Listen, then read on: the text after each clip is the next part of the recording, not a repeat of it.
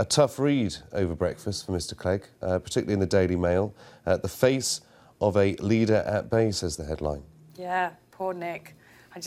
Do you mean that, though? Well, I'm starting to feel slightly sorry for him because he's about to have, if he stays in as leader, possibly the worst 12 months of his life, because he's going to get this right up to the election now. And when they does lead the Lib Dems into the guns, which is what's going to happen in May 2015, and they do face almost certain obliteration, it will be his fault no matter what, and it will be labelled as Nick Clegg should have gone and didn't go. And if he does go in the next few days, he's going to have a very torrid time before then.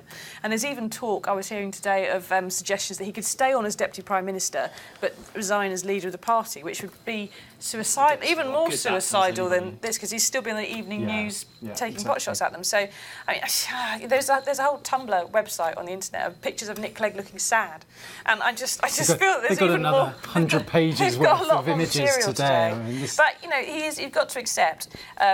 He is a toxic issue for a lot of voters, and for him to say, you know, if there was any of our dilemmas would be addressed by me going, of course I would do it, and then not to realise that he is the main dilemma, is really stupid and obtuse, and he's not seeing what's really plain and obvious in front of him. Really. The Daily Mail are trying to put pressure on Nick Clegg to go with headlines like that, aren't they? That's how a lot of journalists would like this story to pan out over the week. He made it very clear to our political correspondent Vicky Young today, he's got no plans to go, Kiran. Why have Lib Dems suffered the most, though, in the European elections? Well, it's quite interesting. Nick Clegg took quite a bold plan at this European election. Usually what the Lib Dems do is, at a European election, they do quite well because they talk about everything apart from Europe. They go around talking about potholes and, you know, road repairs and bin collections, and they make it all about local issues, which actually they're quite good at sorting out and getting a good reputation on. This time around, Clegg thought, right, OK, this isn't going to work this time. I'll do this, lads. It's all right. It's under control. I'll do an overtly pro-European push because there is a group of people out there who believe we should be in the EU, and they don't have a party really fighting their corner. The problem is those voters who really do want to stay in the EU either stayed at home or probably were quite happy voting Labour because they think Labour's pretty much pro-European as well. Unfortunately, quite a lot of Lib Dem voters don't want to be in the EU at all. They vote Lib Dem for very different reasons, particularly down in the southwest. So actually, I don't think that this strategy worked. Do you not think that those televised debates and the radio debates really was also an extra kick in the face because he did so badly compared to Farage? It's amazing because I expected... Well, the general election, he won a lot of people over. People who didn't even know who Nick Clegg was until the leader debate. He's been hoisted by his own petard because in 2010 he was the bloke who seemed nicer and a bit different to the others and more human, and now he's getting exactly the same thing from Farage. The Guardian are writing him off. They've said they've got hold of a poll which shows that he'll lose his seat at the next general election. The Liberal Democrats saying that they don't know where this poll came from. They said it's been leaked for political reasons, and said that the local elections on Thursday showed that it's an absolute nonsense. The seat was held on to. He's not going to lose Sheffield Hallam. I'm 99%. Having grown up in Sheffield Hallam, I know, note it down. Having grown up in this programmes, seat. We'll be playing this next year. But look, this has been a Lib Dem seat for years and years and years, and before that it was a Tory seat. And it's quite a leafy, nice, quite wealthy part of Sheffield. It is not the Socialist People's Republic of Sheffield that we think of a lot of the rest of the city as. I don't think he's going to lose it. I've even read a piece by the Labour candidate there saying they don't think they're going to win it either. But you've got to wonder, especially given the Lib Dems' reaction, who undertook this poll and why have they leaked it to The Guardian? There are people in the Lib Dems. There are people in the Lib Dems who are clearly trying to oust Clegg. But what's really important, so far, no big guns have come out and said, yeah, he needs to go. But that's in part because the main opponent for him is Vince Cable, who is very conveniently in China, and just at this moment people might want to get a comment out of him. And it's very interesting. Whenever there is a big leadership kind of challenge or argument in any of the parties, the main contender always tries to absent themselves as quickly as possible. John Major famously, when Margaret Thatcher was going through problems, went to have his wisdom teeth done. Yeah. So this if a politician doesn't want to be quoted on the telly, it's usually because they rather, it's really important. He could have done something on camera, but he decided to release a written statement instead. Now, we find out a little bit more about Nigel Farage on the front page of The Times today. He likes to hold an empty pint glass on his head while celebrating. A few drinking games there. That's what you want in a statesman. He probably doesn't mind that photo, though, does he, Susie? He posed for it. He invites the photographers to the pub. His people arrange it with the pub in advance. Can we come in? It's the leader of UKIP, and they say yes. And it's done intentionally and on purpose. So I just can't imagine any other world leader... No, he's a world leader, but any other sort of political leader or someone who intends to try and be a world leader. Sorry, I've been watching too much BBC. Although he does, he's already said that he's setting his sights on Westminster. Of course he's going to say that. The headline in The Times, Farage sets his sights on Labour heartlands. I mean, he's got 12 months to win people over on Europe for Westminster. But as we know, local elections, the voting in local elections doesn't always reflect what happens on general election day, does it? No, and in the past... This is going to be tougher for him, isn't it? 2009, UKIP got 17% in the European elections. 2010, they got 3% in the general election. So the real key here is, can Farage do something different this time and build up enough support to take a Westminster seat?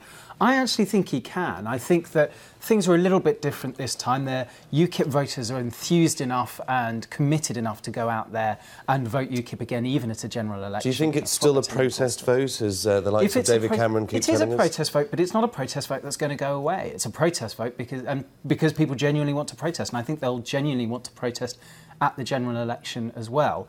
The question for me would be, what happens if and when they do win a Westminster seat? Do they do what's happened to the Greens and just fall apart because their leader isn't so active in leading the party and making sure all the structures are in place? And what difference does one seat make anyway? Susie, you wrote an interesting article in the Mirror. It was after the local elections, but it still applies to the European elections because that was still just around a 33% turnout for the votes. You made an interesting point that there are still 30 million people in this country plus that didn't vote for any of this. In fact, they didn't vote at all. So when people like David Cameron say, OK, we've got the message on the EU, are they correct? Is the message that clear? Because they're not speaking to the populace. They haven't heard from the country what all of us think. Now, there is about 46 million registered voters in this country and only 16 million or so if they voted, it could be a different result. Is that what you're saying? It could be precisely the same result. We don't know because they simply haven't come out to vote. Now, Euro elections and local elections traditionally have a much lower turnout than general. And you're more likely to have a protest in votes like this that are kind of seen as less important, strangely, although they are just as important. But when people are talking about a surge and UKIP and landslides and that there's a huge earthquake in British politics, there's actually an ever-expanding sinkhole appearing underneath all these politicians' feet. Farage, Cameron, Miliband, Clegg, all of them have had a massive kick in the face this week from voters who are saying, we're not interested in any of you. And there's a suggestion that if you are a disillusioned voter, you vote UKIP. Well, if you compare UKIP's share of the vote with the total electorate who didn't turn out, fewer than 1 in 10 people voted UKIP. So the other 9, they're still disillusioned for some reason, and they're not coming out to vote for you. They're not coming out to vote for anybody. And that is a huge issue, because if we can't raise the turnout, and the 2010 general election turnout was only 65% as it was, it's already very low historically, then, there's going to be real lack of democracy, and we can't go and criticise other countries like China or Saudi Arabia or Zimbabwe for their elections if our own, we don't bother to go out and vote ourselves. Let's just look at the Scotsman, because there was a surprise result there. Even the UKIP candidate, David Coburn, looked surprised in that photo as the result came in. They've won a seat for Scotland, UKIP there. It does go to show the more people that vote, the more realistic the result can be, the more reflective the result can be, doesn't it? I think the Scottish angle on this is really interesting, and the SNP has always said UKIP doesn't have a place in Scottish politics. Well, this seems to prove that's not true. Remember, just a year ago, Nigel Farage was up in Edinburgh and the reception was so hostile he had to take shelter in a pub. He had to run down the street, didn't he? Had to take shelter in a pub, yeah. No, he did. He was advised by the police. We'll go to the Winchester and wait this one out. Exactly, yeah. And it is clearly true that they find it much tougher in Scotland. There seems to be a much less Eurosceptic anti-immigration vote there. But are they starting to tap into something that we've already seen in the rest of the UK? Is this going to become a much larger part of Scottish politics? If so, Alex Salmond's ploy of just saying they're not very Scottish, this lot, and they're a bit racist, well, it's not going to work. Neither is... But there isn't voting fatigue in Scotland like there is in England and Wales, is there? Well, there might be by the time the referendum comes around, because they've had it up to here. But it's very interesting. There's a very clever man said that when the people reject the elite blame the people. They don't blame themselves for having turned people off voting. They say it's the people's vote for not, agreeing with them, which is what Clegg seems to be doing today. Now, just to show how the picture of the European Union has changed pretty much overnight, The Independent has a picture there of Germany's first neo-Nazi MEP. A lot of right-wing groups have managed to get seats, a lot of anti-European establishment seats. It's not just the United Kingdom, is it? But interestingly, that historically in the EU, they're very bad at cooperating with each other. And one of the things that people have voted UKIP in this country is so that they hope that they would perhaps withdraw us from the European Union or do something about immigration and open borders and so on.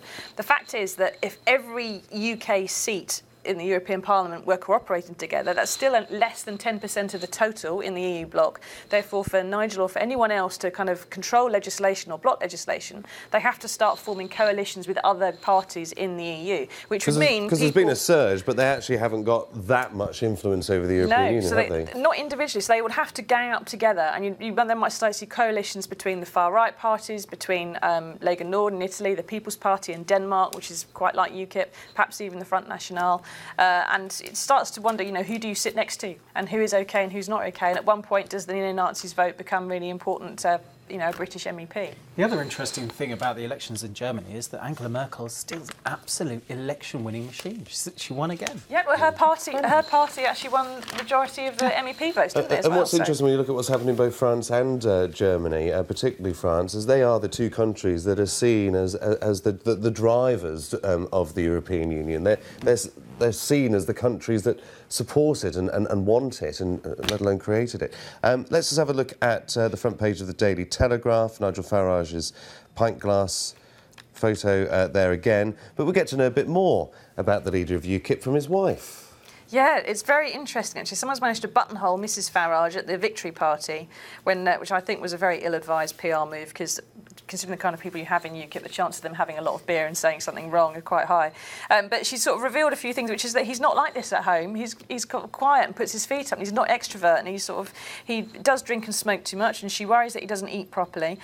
He can't use a computer, and the most interesting thing I found was that she said there's no time for a family life, and they've got 4 children between them, but we just watch him on the telly when we want to see him, which is kind of a bit mean, really. It's interesting, this, because is it a kind of slight PR gaffe, or whoops, you've let Mrs Farage go and speak, or is it actually a very well-calculated thing to do to start softening his image a bit? We know that one problem that Nigel Farage really has is that he doesn't attract women voters very much at all. UKIP's vote among women is much lower than that among men. So if we see him as more of a family man, although, as Susie points out, not one who sees his kids very often, one who actually sees but his we children, see his wife, goes home, his sits on the sofa and goes to sleep, probably. One thing we can be very sure of is that certainly from now on, and probably over the next 5 years, UKIP are going to be under more scrutiny than they ever have been before now. And they've complained a lot in the last 6 months or so about the level of media scrutiny they've had. That has just been in the run-up to an election. They're not used to regular, constant checking up on by local newspaper journalists, by broadcast and print journalists. You're thinking of your next blog now, aren't you? I am, actually. You're already writing but, it. It's all there. We've got to leave it there. We've run out of time.